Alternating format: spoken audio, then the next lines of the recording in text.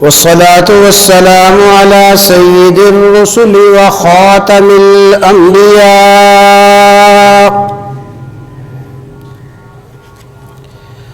رب اشرح لي صدري ويسر لي أمري واحلل عقدة من لساني يفقه قولي. رب زدني علما رب زدني علما رب زدني علما.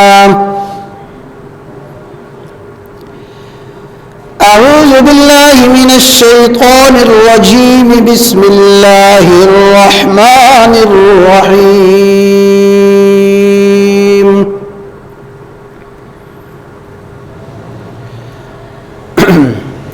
وإذ قلنا ادخلوا هذه القرية فكلوا منها حيث شئتم رغدا وادخلوا الباب سجدا وقولوا حطة نغفر لكم خطاياكم وسنزيد المحسنين. فبدل الذين ظلموا قولا غير الذي قيل لهم فأنزلنا على الذين ظلموا رجزا من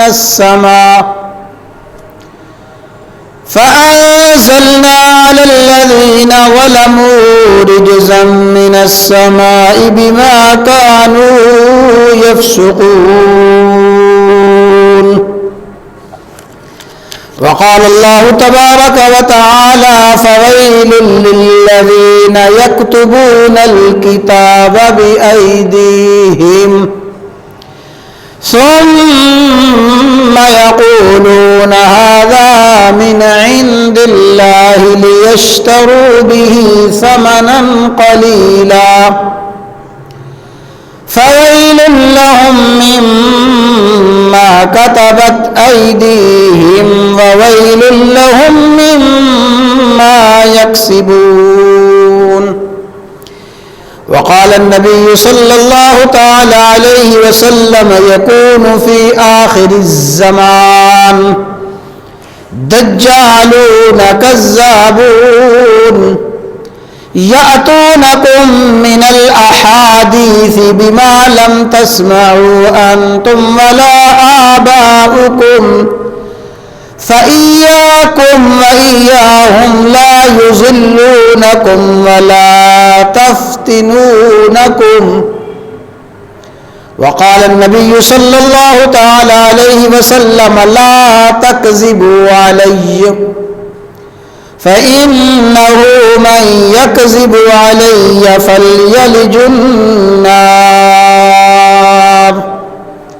أو كما قال النبي صلى الله تعالى عليه وسلم إن الله وملائكته يصلون على النبي يا أيها الذين آمنوا صلوا عليه وسلموا تسليما. دروشی پڑھ لیں. اللهم صل على محمد وعلى آل محمد كما صليت على إبراهيم وعلى آل إبراهيم إنك حميد مجيد. اللهم بارك على محمد وعلى آل محمد كما باركت على إبراهيم وعلى آل إبراهيم إنك حميد مجيد.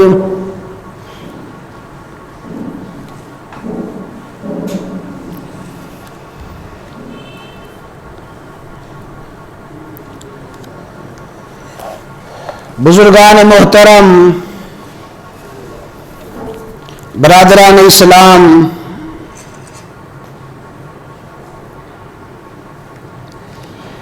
قرآن مجید فرقان حمید کی چند آیات مبارکہ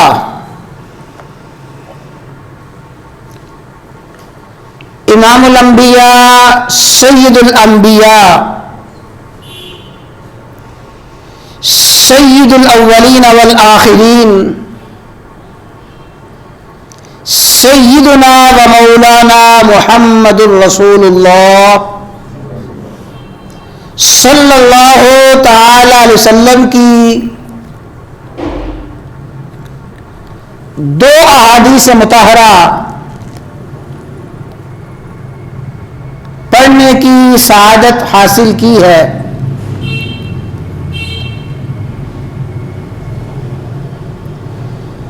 تلاوت کردہ آیات مبارکہ اور احادیث مطہرہ ہی کی روشنی میں چند باتیں عرض کرنے کا ارادہ ہے۔ اللہ تبارک و تعالی کچھ مقصد کی باتیں کہنے کی، آپ حضرات کو صحیح صحیح سننے کی، اللہ تبارک و تعالی ہم سب کو ان باتوں پہ عمل کرنے کی توفیق عطا فرمائے۔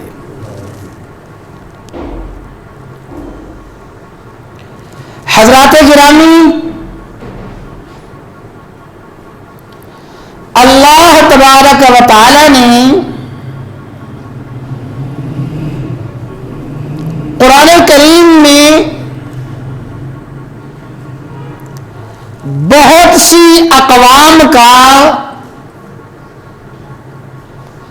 اور بہت سی امتوں کا ذکر فرمایا ہے۔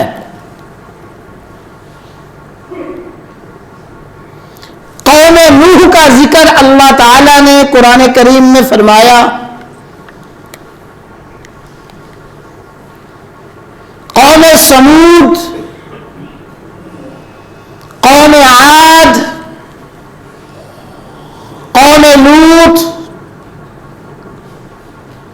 بے شمار اقوام کا ذکر قرآن کریم میں کیا گیا ہے۔ لیکن قرآن کریم میں جس قوم کا ذکر سب سے زیادہ کیا گیا ہے، جس قوم کا ذکر بار بار کیا گیا ہے، وہ قوم یہود ہے، وہ بنی اسرائیل ہے۔ بنی اسرائیل اور قوم یہود کا ذکر اللہ تبارک و تعالی نے قرآن کریم میں سب سے زیادہ کیا ہے۔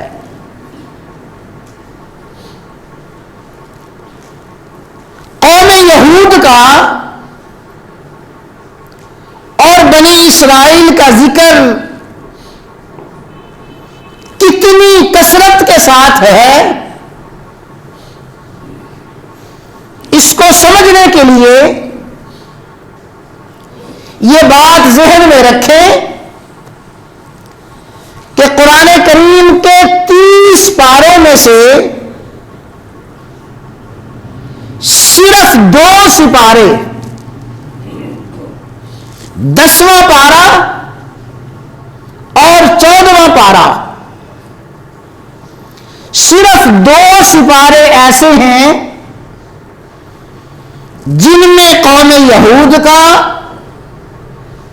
بنی اسرائیل کا ذکر نہیں ہے، ورنہ قرآن کریم کے 28 پاروں میں کسی نہ کسی انداز میں،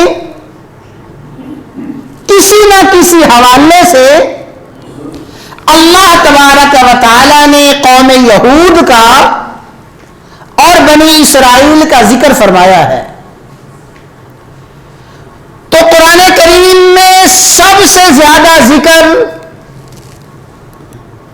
قرآن کریم میں بار بار ذکر قوم یہود کا اور بنی اسرائیل کا ہے۔ اس کی وجہ بھی یہی ہے کہ اللہ تبارک و تعالی نے قوم یہود کو جو عروج عطا فرمایا، قوم یہود کو جو بلندیاں اور قوم یہود کو جو عزتیں عظمتیں عطا فرمائیں، کئی حوالے سے دنیا کی کسی قوم کو وہ عظمتیں، وہ فضیلتیں، وہ خصوصیات نہیں دی گئی جو اللہ تعالیٰ نے قوم یہود کو عطا فرمائی۔ ارشاد باری تعالیٰ ہے، یا قوم اذکروا نعمت اللہ علیکم، اے قوم یہود اللہ تعالیٰ کی ان نعمتوں کو یاد کرو، ان انعامات کو یاد کرو جو انعامات اللہ تعالیٰ نے تم پہ فرمائے ہیں۔ وہ کیا؟ اذ جعل فیکم انبیاء وجعلکم ملوکا، اے قوم یہود تم وہ قوم ہو اللہ تعالیٰ نے تم میں بے شمار انبیاء پیدا فرمائے ہیں اور اللہ تعالیٰ نے تم میں بے شمار بادشاہ عطا فرمائے ہیں۔ دینی لحاظ سے بات اچھی طرح سمجھے، دینی لحاظ سے اللہ تعالیٰ کا سب سے بڑا انعام نبوت ہے، اور دنیاوی لحاظ سے اللہ تعالیٰ کا سب سے بڑا انعام بادشاہت ہے۔ اللہ تعالیٰ نے کم و بیش 4,500 انبیاء بنی اسرائیل میں سے پیدا فرمائے ہیں، اور حضرت سلیمان علیہ السلام جیسی بے مثال بادشاہت، حضرت داؤد علیہ السلام جیسی عظیم حکمرانی اللہ تعالیٰ نے قوم یہود کو عطا فرمائی ہے، اور فرمایا وَأَنِّي فَضَّلْتُكُمْ عَلَى الْعَالَمِينَ، اے بنی اسرائیل، اے قوم یہود، میں نے تمہیں جہان والوں پر، پوری دنیا پر فضیلت عطا فرمائی ہے۔ یعنی فضیلت عطا فرمانے کا مطلب کئی خصوصیات اور کئی امتیازات ایسے ہیں جو اللہ تعالیٰ نے دنیا جہان کی کسی قوم کو عطا نہیں فرمائے۔ وَظَلَّلْنَا عَلَيْكُمُ الْغَمَامَ، سال ہا سال تک نہ تمہیں مکان بنانے کی ضرورت پیش آئی، نہ تمہیں سائے کی ضرورت پیش آئی۔ سال ہا سال تک اللہ تعالیٰ نے آسمان کو تمہارے لیے مکان بھی بنایا، سایہ بھی بنایا۔ کس قوم کو یہ خصوصیت عطا کی گئی؟ وَأَنزَلْنَا عَلَيْكُمُ الْمَنَّ وَالسَّلْوَىٰ، سال ہا سال تک نہ تمہیں کمانے کی اور نہ تمہیں پکانے کی ضرورت پڑی، نہ تم نے کمایا نہ تم نے پکایا، بغیر کمانے کے بغیر پکانے کے تیار شدہ خوراک اور بہترین خوراک من اور سلوہ اللہ تعالی نے تمہیں عطا فرمائی۔ تو بات تمہید ہی میں لمبی ہو جائے گی، اصل موضوع جو چل رہا ہے وہ عرض کرنا ہے۔ اللہ تعالیٰ نے سب سے زیادہ بلندیاں، سب سے زیادہ عظمتیں، سب سے زیادہ فضیلتیں اپنے دور میں، اپنے وقت میں بنی اسرائیل کو، یہود کو عطا فرمائیں۔ لیکن میرے بھائیوں یاد رکھنا، پھر یہی قوم ہے جس قوم پہ بلندیوں کی انتہا ہوئی، جس قوم پہ عروج عزتوں کی انتہا ہوئی، پھر اسی قوم پہ پستیوں، ذلتوں اور خواریوں کی انتہا ہوئی. سب سے زیادہ معزز قوم بھی ایک وقت میں یہی بنی اور سب سے زیادہ ذلیل اور خوار قوم بھی یہی بنی. فرمایا وَجَعَلَ مِنْهُمُ الْقِرَدَةَ وَالْخَنَازِيرَ. یہی قوم تھی جس قوم کو کسی دور میں اللہ تعالیٰ نے نبوت اور بادشاہت عطا فرمائی، پھر اس قوم کی پستی اور ذلت کا عالم یہ ہوا اللہ نے اسی قوم کی شکلیں مسخ فرمائی، کسی کو بندر بنایا، کسی کو خنزیر بنا دیا. وَجَعَلَ مِنْهُمُ الْقِرَدَةَ وَالْخَنَازِيرَ مَن لَّعَنَهُ اللَّهُ وَغَضِبَ عَلَيْهِ. پھر یہی قوم لعنتی، اللہ تعالیٰ کے ہاں ملعون اور اللہ تعالیٰ کے ہاں مغضوب قرار دی گئی. اللہ تعالیٰ کا سب سے زیادہ غضب، اللہ تعالیٰ کی سب سے زیادہ لعنت بھی اسی قوم یہود پہ آئی اور قیامت تک کے لیے فیصلہ فرما دیا گیا اولئک شر مکانا. بدترین مرتبہ، بدترین ٹھکانہ اور بدترین مقام اسی قوم کا ہے. یعنی دونوں پہلو ذہن میں رکھیں. سب سے زیادہ عظمتیں، فضیلتیں، بلندیاں، ترقیاں، نبوت اور رسالت، بادشاہت اللہ تعالیٰ نے قوم یہود کو عطا فرمائی. پھر سب سے زیادہ ذلتیں، پستیاں، رسوائیاں یہ بھی قوم یہود کے حصے میں آئیں. اللہ تعالیٰ نے قرآن کریم میں جو بار بار قوم یہود کا ذکر فرمایا، بہت زیادہ قوم یہود کا تذکرہ فرمایا، اس وجہ سے کہ قوم یہود کے وہ افعال، قوم یہود کے وہ اعمال، قوم یہود کے وہ کرتوت دیکھو جن اعمال کی بنا پہ سب سے زیادہ بلندیاں پانے والی قوم کو سب سے زیادہ پستیاں ملی. وہ کون سے کرتوت تھے، قوم یہود کے وہ کون سے اعمال تھے، کہاں ان میں نبوت اور رسالت اور کہاں انہی قوم کو بندر و خنزیر بنا دیا گیا.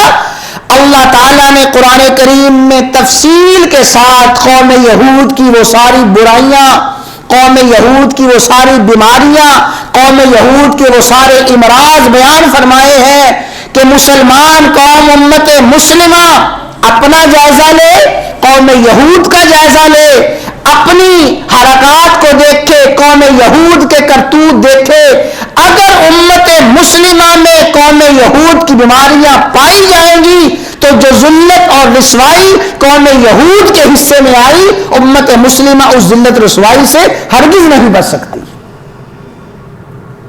تو قرآن کریم کا ایک تفصیلی عنوان ہے قوم یہود اور آج کا مسلمان. قوم یہود کے اعمال اور امت مسلمہ کی حالت. میں نے عرض کیا کہ تمہید ہی میں بات لمبی ہو جائے گی، وہ جو عنوان چل رہا ہے اسی کو مکمل کرنا ہے.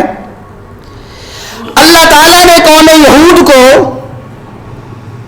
ایک بستی میں، ایک شہر میں داخلے کا حکم دیا کہ یہ شہر ہے، یہ بستی ہے، جو ہی تم اس بستی میں شہر میں داخل ہوو گے فتح، کامیابی تمہیں ملے گی. لیکن شہر میں داخل ہوتے وقت دو کام کرنا.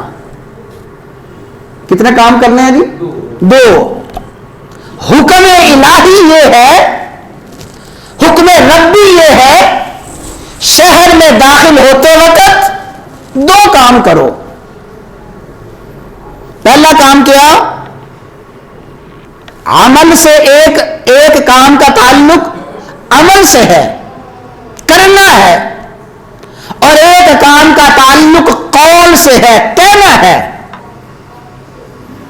دو کام کرو، وادخلوا الباب سجدا، جب شہر میں داخل ہو تو عاجزی کے ساتھ، انکساری کے ساتھ، جھکتے ہوئے، سجدہ کرتے ہوئے شہر میں داخل ہونا ہے۔ کوئی تکبر، اکڑ، غرور یہ نہ ہو۔ وادخلوا الباب سجدا، جھکتے ہوئے، عاجزی کے ساتھ، انکساری کے ساتھ، سجدہ ریز ہوتے ہوئے اس شہر میں داخل ہو۔ یہ ہے پہلا حکم۔ وقولوا حطہ، اور زبان سے تم نے کہنا ہے حطہ، جھکتے ہوئے شہر میں داخل ہونا ہے اور زبان سے حطہ کہنا ہے۔ حطہ کا معنی ہے یا اللہ ہمارے گناہوں کو معاف فرما دے، حطہ ہماری لغزشوں کو معاف فرما دے، یعنی عاجزی کے ساتھ، انکساری کے ساتھ شہر میں داخل ہو اور اللہ تعالی کی بارگاہ میں توبہ، استغفار اور معافی مانگتے ہوئے داخل ہو تو سجدن، سجدہ کرتے ہوئے، قولوا حطہ، اور حطہ حطہ کہتے ہوئے داخل ہو۔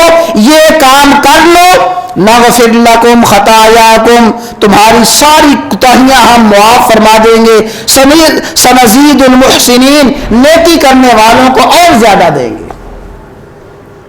حضرات گرامی بات سمجھیں، ذہن میں بٹھائیں۔ اللہ تعالیٰ نے قوم یہود کو شہر میں داخل ہوتے وقت کتنے حکم دیے جی؟ 2 حکم۔ سجدہ کرنا ہے، حطہ حطہ کہتے ہوئے جانا ہے۔ قوم یہود نے کیا کیا؟ فبدل الذین ظلموا قولا، ان ظالموں نے اللہ تعالیٰ کی اس بات کو بدل دیا،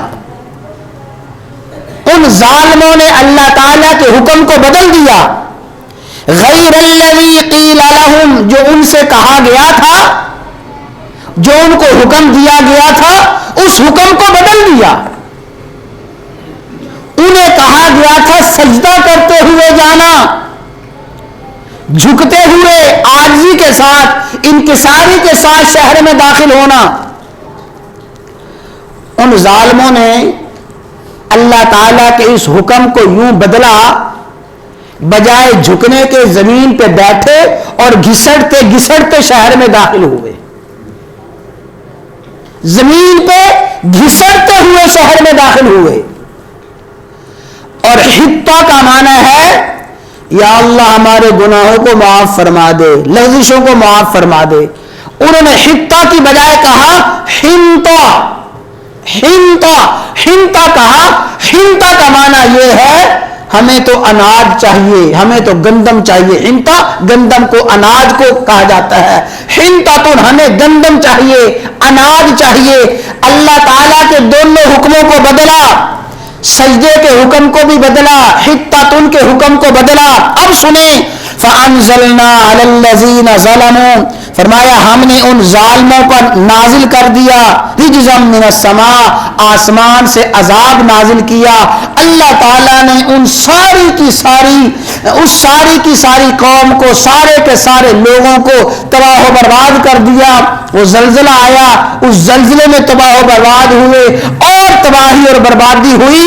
اللہ تعالیٰ نے قوم یہود کے اس قبیلے کو، اس خاندان کو نیست و نابود کیا، تباہ و برباد کیا، جنہوں نے اللہ تعالیٰ کے حکم کو بدل دیا تھا۔ اپنی طرف سے جھکنے کی بجائے اپنی طرف سے گھسٹتے ہوئے، حطۃ کہنے کی بجائے اپنی طرف سے حنطۃ کہتے ہوئے داخل ہوئے۔ یہ قوم یہود کی وہ بیماری تھی، قوم یہود کا وہ مرض تھا جس کی وجہ سے اللہ نے قوم یہود کے اس قبیلے کو تباہ و برباد کیا۔ اب ذرا توجہ کے ساتھ بات سمجھنا، قرآن کریم میں اللہ تعالیٰ ارشاد فرما رہے ہیں فَوَيْلٌ لِّلَّذِينَ يَكْتُبُونَ الْكِتَابَ بِأَيْدِيهِمْ،